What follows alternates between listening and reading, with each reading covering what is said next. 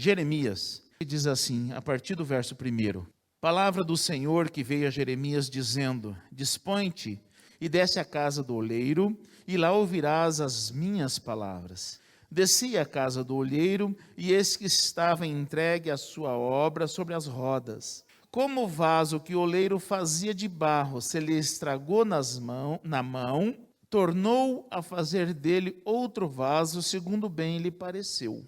Então veio a mim a palavra do Senhor: Não poderei eu fazer de vós como fez este oleiro, ó casa de Israel, diz o Senhor. Eis que como barro na mão do oleiro, assim sois vós na minha mão, ó casa de Israel. Esse capítulo 18 é a primeira vez que Deus chama o profeta para descer à casa do oleiro.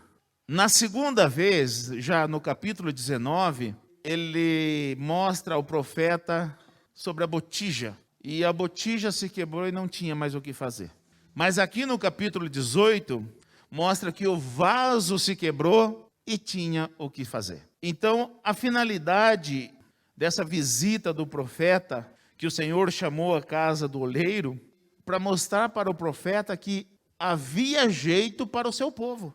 Porque o profeta mesmo não via jeito para o povo de Deus. Mas para Deus havia jeito sim. Deus poderia reconstruir um vaso quebrado, ou seja, um povo quebrado. Deus poderia construir de novo. E só que é interessante, por que Deus chama o profeta lá?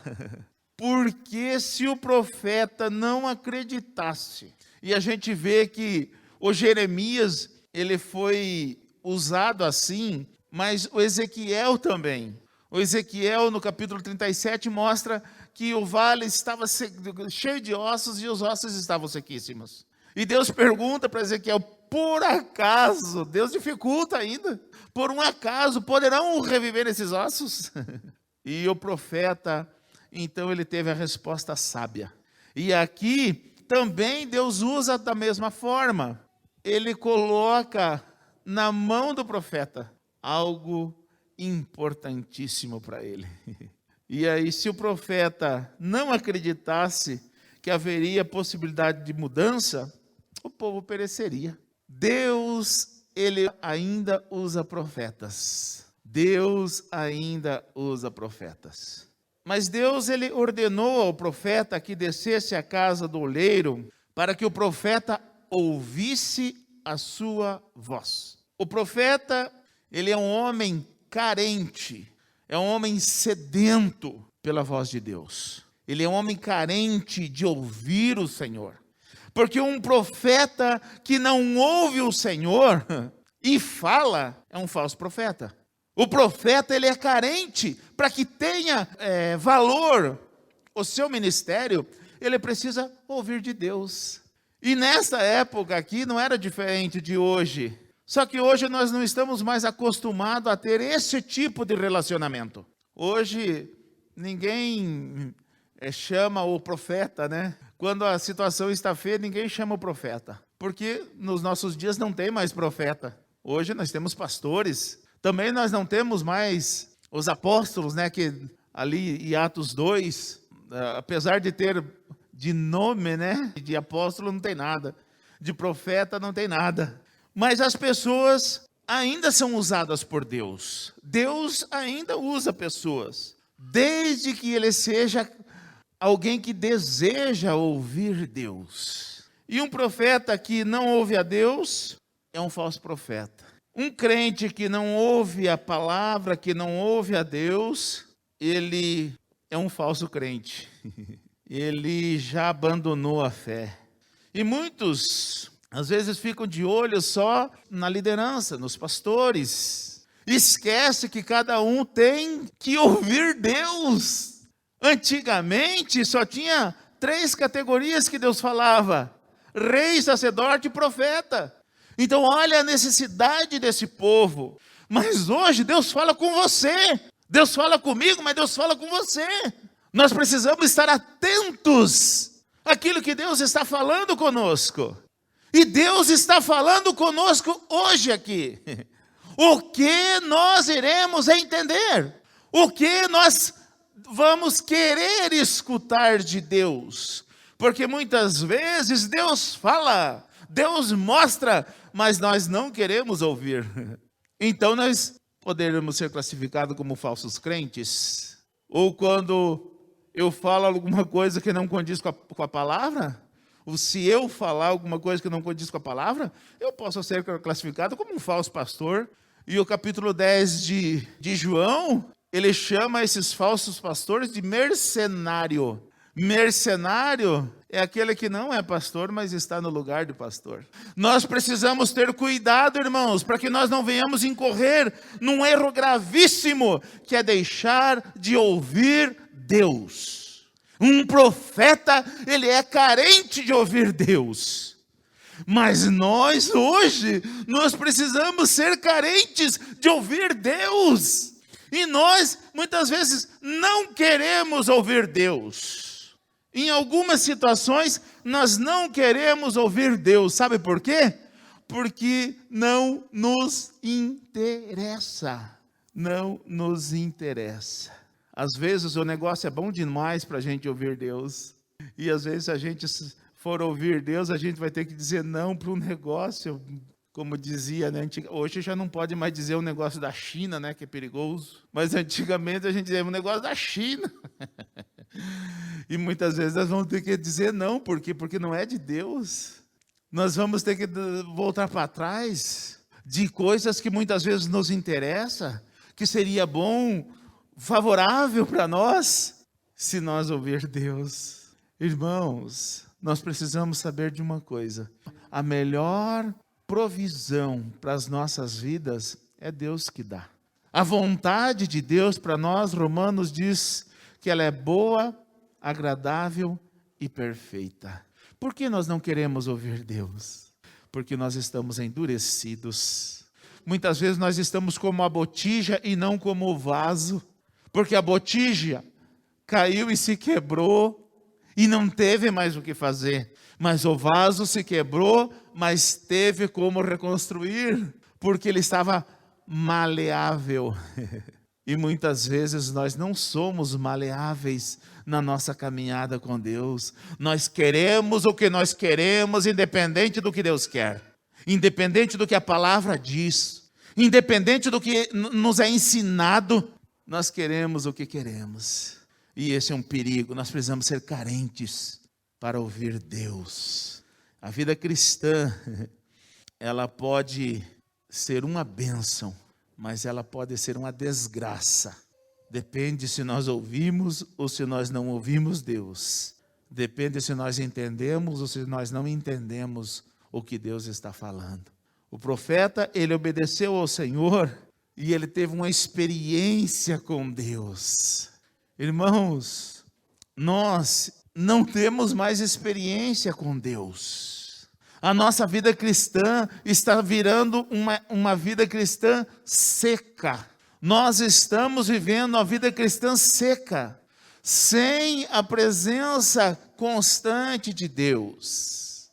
E muitas vezes, se Deus quer falar conosco na madrugada, nós não estamos disponíveis. Muitas vezes, quando Deus quer falar conosco, nós não estamos dispostos a ir à casa do oleiro. Sabe por quê? Nós temos tantas desculpas, mas nós perdemos as experiências com Deus. Qual foi a última vez que você se derramou na presença do Senhor e você teve uma comunhão com Ele ao ponto de ser tocado no mais íntimo do teu ser? Qual foi a última vez que isso aconteceu? Qual foi o momento, a última vez que você dobrou seu joelho e chorou na presença do Senhor, quebrantado, arrependido? Qual foi a última vez? Nós temos tantas coisas para pedir para Deus, nós temos uma lista de coisas para pedir para Deus, mas nós não estamos dispostos a ouvir Deus, a descer à casa do oleiro. E nós precisamos ter experiências com Deus. Essa foi a experiência do profeta com Deus. A continuação do texto, a gente vai ver que o profeta sofreu por causa disso. E ele aqui usou algumas palavras pesadas demais, inclusive. Tal foi a dor, a afronta que ele sofreu. Mas ele teve experiência com Deus. Ele viu que havia jeito para aquele povo, o qual ele estava sofrendo e sendo afrontado por ele. Mas para Deus ainda tinha jeito, mesmo diante de todas essas afrontas, mesmo diante de tudo o que ele estava vendo, mas Deus estava mostrando, ainda tem jeito. Em seguida ele mostrou a experiência da botija, que não tinha mais jeito, mas aquele povo ainda tinha jeito. O propósito de Deus, ele só se cumpre na minha e na tua vida quando nós obedecemos a Ele. Quando nós somos submissos à sua voz. Quando nós cedemos, quando nós passamos por cima das nossas vontades. Então o propósito de Deus se cumpre. Nós só teremos experiências com Deus quando estivermos dispostos a sair do nosso comodismo e ir à casa do oleiro. Nós não podemos esperar experiências com Deus no nosso comodismo, na nossa frieza. Muitas vezes a nossa oração, ela se resume numa frieza assim. Amém, amém. Não há uma busca, não há uma entrega, não há um arrependimento. Não há um clamor do fundo do coração, com todas as nossas forças. Nós somos frios no nosso relacionamento com Deus. Como pode? E mesmo assim nós queremos ainda ter aquilo que de Deus esperamos. Mas como? Se Deus não tem de nós o que Ele espera? Nós precisamos primeiro quebrar o nosso comodismo, quebrar o nosso ego, para que nós possamos ter as experiências com Deus. Nós precisamos ceder à sua vontade. A obra de Deus na vida de alguém, ela não é feita a partir do vaso. Por que que ela não é feita a partir do vaso? E aqui nós vemos muito bem, né? O que aconteceu com o vaso que quebrou? Virou um monte de barro de novo. É isso que acontece conosco. A obra de Deus na minha e na tua vida não é a partir do vaso, ela é a partir do barro. É por isso que nós precisamos nos colocar nas mãos do Senhor e nos derramar e nos quebrar na presença do Senhor, porque não é a partir do vaso, é a partir do barro. Porque Ele faz vaso de honra, vaso para desonra. Ele faz o que Ele quer, porque essa é a soberania de Deus. Mas nós precisamos saber que o importante não sou eu, é o oleiro. Se eu achar que o importante sou eu não vou ceder, porque eu sou o importante. Agora, se eu sou o barro, o importante é Ele. É Ele que vai me moldar como Ele quiser. Então não é o vaso, não é você, não sou eu que somos importantes. Importante é Ele que nos forja. É Ele que nos faz do jeito que Ele quiser. Aquele que Ele estava fazendo se quebrou. E Ele pegou e fez outro. A partir do barro.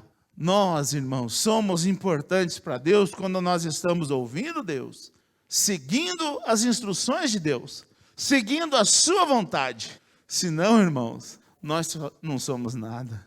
Se nós não tivermos a consciência que nós só somos barro nas mãos do oleiro, aí sim, se nós tivermos essa consciência, nós seremos importantes. Agora, se nós não se achar que sou eu o bambambam do pedaço, que sou eu que sem mim a obra não vai, a equipe de louvor não anda, a igreja não anda, nós estamos enganados. Porque Ele pode quebrar o vaso e fazer outro e colocar outro no lugar. Porque o importante é o oleiro, não é o vaso. Aí quebra todo o nosso ego. Isso mostra que nós precisamos quebrar o nosso ego. Porque o importante é o barro e não o vaso. O oleiro, ele faz o que quer. E é assim que nós precisamos estar nas mãos do Senhor. Deixa Ele fazer o que Ele quer da tua vida. Quebra o teu comodismo. Quebra o teu orgulho. Porque Deus só pode usar aqueles que deixam Deus moldar. E é interessante a abordagem aqui do vídeo, porque o vaso, ele é forjado, ele é moldado de dentro para fora. Interessantíssima essa colocação. Gente, se você não deixar Deus trabalhar aqui dentro de você, você não vai ter serventia para a obra de Deus. Primeiro Deus quer trabalhar aqui dentro. Primeiro Deus trabalha aqui dentro, para depois aparecer a obra. Se não for trabalhado aqui dentro, tem que tornar barro de novo, fazer de novo. Mesmo tendo que fazer de novo, irmãos, essa experiência mostra que tem jeito. Ainda que você esteja quebrado, ainda que você esteja se sentindo como esse vaso que quebrou e tornou barro de novo, deixa Deus moldar, deixa Deus trabalhar, ainda tem jeito para você, não é o fim. Deus pode fazer tudo de novo, desde que você se coloque na posição correta, desde que você entenda o que é que Deus tem para você e o que é que Deus requer de você. Está faltando experiências com Deus. É as experiências com Deus que estão escassas nas nossas vidas. São as experiências com Deus. Hoje em dia é interessante eu que vivi, que eu lembro de mais de 40 anos atrás, como eram os cultos, gente. Como eram os cultos. Os cultos, gente, a gente não queria mais que acabasse. E ele não não era um culto longo, porque era o líder, o pastor, o dirigente que queria que ficasse, porque os irmãos não paravam. A ação de Deus não parava no meio da igreja. Eu era criança, mas eu lembro que muitas vezes minha mãe e meu pai, os pais de antigamente eram muito durão, mas meu pai muitas vezes ia chorando da igreja até em casa, chegava em casa, pegava a família e começava a orar de novo, era outro culto ali em casa, porque a ação de Deus era diferente. Hoje nós não vemos a hora de terminar o culto para sair correndo embora. Nós precisamos mudar essas coisas dentro de nós, porque a presença de Deus, ela precisa ser soberana aqui. Ela não pode estar presa a uma liturgia. Enquanto a ação de Deus estiver presa a uma liturgia, nós estamos perdendo da graça de Deus. Hoje eu estava com a liturgia toda prontinha. Foi quebrado completamente a liturgia. Porque eu sei que Deus, Ele pode usar a mim, mas Ele pode usar a qualquer um de nós. A liturgia do nosso culto, ela não pode ser intransigente, ela precisa ser maleável. E se um dia Deus disser, não vai ter mensagem, só vai ser louvor, só vai ser louvor. E se um dia Deus disser, não vai ter louvor, só vai ser mensagem, só vai ser mensagem. E se um dia Deus disser, só vai ser testemunho, só vai ser testemunho. E se um dia Deus disser, só vai ser as crianças, só vai ser as crianças. A nossa liturgia não pode ser engessada, ela precisa ser maleável, conforme a vontade de Deus. Sabe por quê, irmãos? Eu sei que o propósito de Deus, ele vai além do profeta. Olha o que diz o versículo 5 e 6. Então veio a mim a palavra do Senhor, não poderei eu fazer de vós. Ele não está falando a partir, não poderei eu fazer de você. Ele diz, não poderei eu fazer de vós, como fez este oleiro, ó casa de Israel. Ele estava falando com o profeta, mas a mensagem não era para o profeta, é para o povo. Então eu sei que a ação de Deus, ela vai além do profeta. Deus não usa só a mim, Deus pode usar você. Nós precisamos saber disso, porque Deus restaurou o seu povo a partir do profeta, mas a mensagem foi além do profeta, o propósito era além do profeta. Quando Deus quer restaurar o seu povo, ele usa o profeta assim, mas o profeta não pode achar que ele é o cara, que ele é o bambambam do pedaço, que ele é a última bolacha do pacote. Eu estou usando esses termos aí que todo mundo sabe o que é, né? Então, o profeta, ele é apenas um instrumento nas mãos de Deus. E quando nós tivermos essa consciência, irmãos, então Deus vai começar a agir assim no nosso meio. E eu tenho me alegrado, porque Deus está começando a fazer isso aqui no nosso meio. Irmãos, o profeta, ele era o modelo. Então a minha função é ser modelo para vocês, não ser o chefe, aquele que manda e tem que obedecer. Não, a minha função é ser modelo. O próprio Paulo diz que era modelo dos santos, sede meus imitadores, 1 Coríntios 11. Essa é a função do profeta, ser modelo, mas ele não é o cara. Eu não sou o cara aqui não, viu? Eu sou igual a cada um de vocês. Eu quero que Deus use cada um de vocês, mas eu também me coloco à disposição. Eu me coloco à disposição, Senhor, me usa. E eu vou falar para vocês, grande parte das mensagens que Deus me dá, que eu prego aqui, é nas madrugadas. Gente, nas madrugadas é maravilhoso o momento que nós temos com Deus. Porque muitas vezes Deus me acorda na madrugada com uma palavra aqui na minha cabeça. E eu já aprendi que quando isso acontece, eu não vou voltar a dormir, não. E quantas vezes eu levanto e vou lá para a sala, até Deus me encher e me dar o que Ele quer. Porque sempre primeiro é para a minha vida. E muitas vezes, nas madrugadas, eu choro na presença de Deus. Mas eu choro de arrependimento. Eu choro de vergonha muitas vezes. Porque muitas vezes os meus atos não são aqueles que Deus queria. Muitas vezes o que eu fiz, o que eu pensei, não era aquilo que Deus queria. E muitas vezes eu choro de vergonha, porque Deus vem na madrugada e trata comigo. Irmãos, primeiro Deus trabalha na vida do profeta. É assim que Deus age. Primeiro Deus trabalha comigo. Todos os meus devocionais, primeiro Deus trabalhou comigo, para que eu não deixe subir para minha cabeça. Jamais. Não pode. Para isso, eu preciso ouvir o Senhor. Sair do meu comodismo. Descer a casa do oleiro é sair do comodismo. Que muitas vezes nós estamos tão confortáveis, né? Na nossa vidinha cotidiana, tão confortáveis. Mas nós precisamos sair do nosso comodismo se nós quisermos ouvir o Senhor. Sabe por quê? Ele só fala conosco lá na casa do oleiro. Porque Ele quer nos dar experiências. E são as experiências que nos impulsionam na nossa caminhada com Deus. É as nossas experiências que nós temos para compartilhar com os irmãos, ou com aqueles que necessitam. São as nossas experiências. É importante nós falarmos aqui do Jeremias, do Ezequiel. É importante. Mas se eu não tiver essas experiências, fica muito vago.